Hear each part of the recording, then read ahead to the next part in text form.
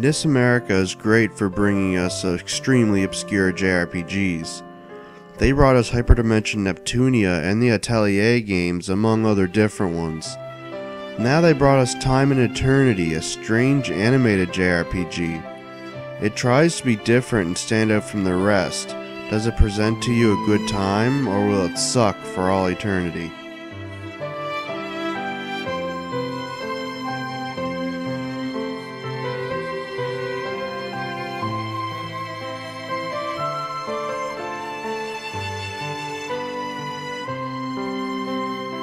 The story is you playing as a princess known as Toki, who is about to marry a knight named by the player. They meet up with their friends and the game quickly establishes its silly side. The wedding starts shortly after, and just when the two are about to kiss, assassins break in and kill the knight. The knight looks up to Toki to see that in her place is a different girl. This is Tawa, and it seems that she shares the same body as Toki. Tawa uses time magic and transports herself back in time to stop the attack from happening. The story is incredibly interesting, and the characters, while they are the very definition of anime cliché, they have their charms. The game keeps its silliness up throughout the game, and it's strange to see that the silliness makes the story more charming. That isn't to say that the story isn't serious, and it has a very good ending. If you like anime and can stand some potentially annoying cliché characters, there's a good chance that you will enjoy Time and Eternity's story. It's different enough to stand out in the genre.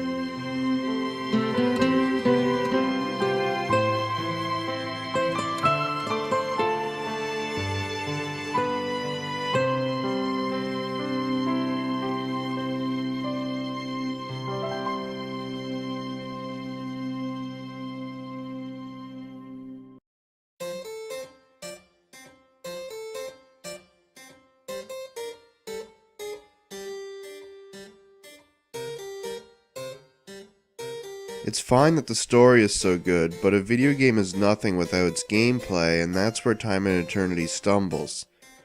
You control only Toki or Tawa and run around on a 3D map, or move a cursor to choose what map you are going to. Once on a map, you run around barren, empty environments until your encounter meter fills and you enter combat. Combat is the main focus of any JRPG's gameplay, and if that fails, the game practically fails. In combat, you fight enemies one-on-one, and you have to dodge their attacks while attacking them. You attack your enemies with Toki and Tawa's rifle and dagger to build up SP. When you have enough SP, you can use your special abilities that cause higher damage, and they can cause status effect on your enemies. You learn magic in the game, and if you cast 2 spells in quick succession, you can cause a chemistry that causes debuffs on your enemies, making things easier for you. The encounters basically have you learning enemy patterns. This isn't really a bad thing, but it is when the game is this easy.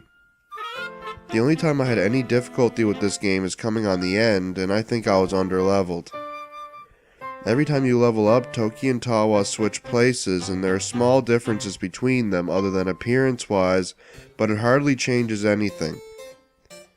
You also gain gift points from each battle that are used to unlock new skills and abilities at level up. These are hardly anything special, and only a few of them are really useful.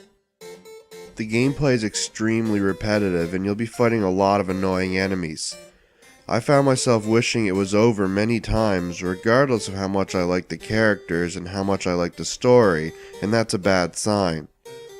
The battles are extremely drawn out, and the fact that you can fight multiple monsters in one encounter makes it drag on even more.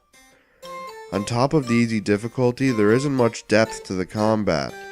There's only one necessary debuff, only a few needed skills, and just spam that rifle attack since there's no need to fight up close.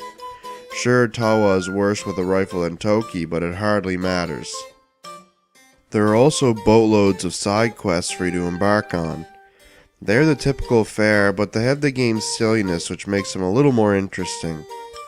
What makes them annoying is actually going out and performing said tasks due to the armies of enemies you have to fight before it's completed.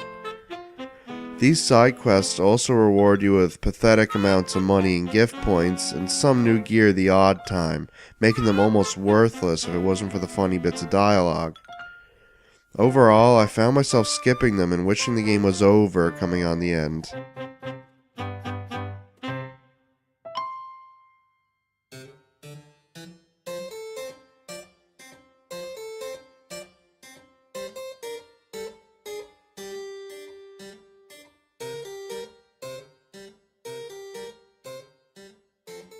The music is pretty good, soft and sweet at times and upbeat at others.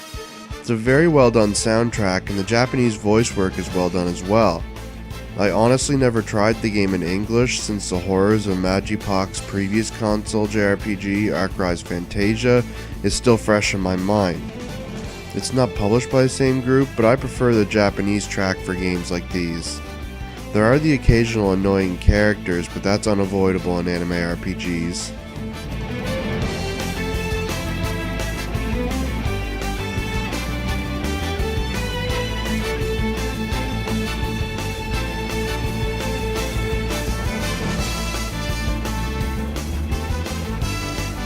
The presentation is the strangest part about the game.